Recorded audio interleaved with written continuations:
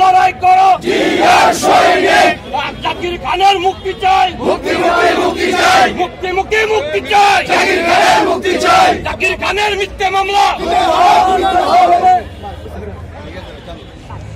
ভাই আপনারা জানেন, বিসমিল্লাহির রহমানির রহিম। ভাই আপনারা জানেন আমার নেতা আমার অহংকার জাকির খানকে একটি বানোয়াট মিথ্যা মামলা দিয়ে নারায়ণগঞ্জের সুপরিচিত দালাল হিসাবে পরিচিত, যাকে দালাল হিসাবে আখ্যায়িত করা হয়েছে তৈমুর আলম খন্দকার, একটি মিথ্যে বানোয়াট মামলা দিয়ে আমার নেতাকে যেভাবে কারাভোগ করে রাখতে চেয়েছিল, ইনশাআল্লাহ আমরা আইনের মাধ্যমে আইনকে শ্রদ্ধাশীল, আমার নেতা জাকির খান আইনের প্রতি শ্রদ্ধাশীল আছে বলে আমরা কোনো বিশৃঙ্খলা ছাড়া আইনের মাধ্যমে আমার নেতাকে মুক্ত করে নিব ইনশাআল্লাহ। আপনারা জানেন যে এই মিথ্যে বানোয়াট মামলাটি যেভাবে সন্দেহমূলকভাবে আমার নেতার বিরুদ্ধে তোলা হয়েছে, আমরা চাই সাব্বির আলম হত্যা মামলার সঠিক তদন্ত করে সঠিক হত্যাকারীদের বিচার করা হোক। সেই বিচারে দেখবেন আপনারা তৈমুর আলম খন্দকার জড়িত, সম্পত্তির লোভে ভাইকে মার্ডার করে সে আমার নেতা জাকির খানকে রাজনৈতিক প্রতিহিংসার শিকার বানিয়ে তাকে কারাবন্দি করে রেখেছে এবং মিথ্যে বানোয়াট মামলা দিয়ে করা হয়েছে। জাকির খানের মিথ্যে মামলা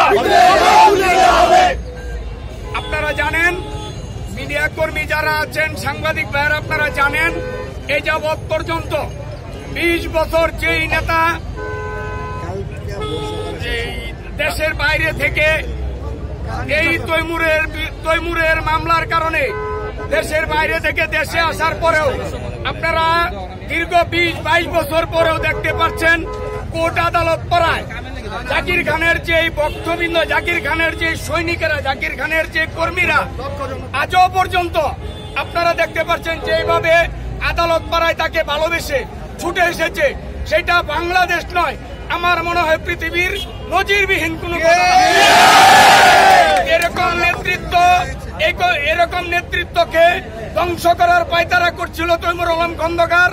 ইনশাল্লাহ আপনারা দোয়া করবেন, আইনের মাধ্যমে আমরা আমার নেতাকে নিয়ে আপনাদের সামনে উপস্থিত হব ইনশাল্লাহ। আসসালামু আলাইকুম। জাকির খানের মিথ্যে মামলা তুলে নাও, নিতে হবে। জাকির খানের মিথ্যে মামলা মামলায় এই ধরনের এই তৈমুরদের দাবানলে নারায়ণগঞ্জের জাকির খানের কোন নেতা কর্মী নারায়ণগঞ্জে রাজনীতি করতে পারেনি, কোন পদবি কোন কমিটিতে আমাদেরকে রাখা হয়নি। ইনশাল্লাহ এই যে আপনারা দেখছেন, এই যে ওয়াহাব ভাই আছে, অনেকে আছে, এই যে কাদির ভাই আছে, শ্রমিক নেতা কামাল ভাই আছে, এরা কোন পদবি এই তৈমুর আলম থাকার সত্ত্বে তারা কোনো পদবি ক্যারি করতে পারে নাই।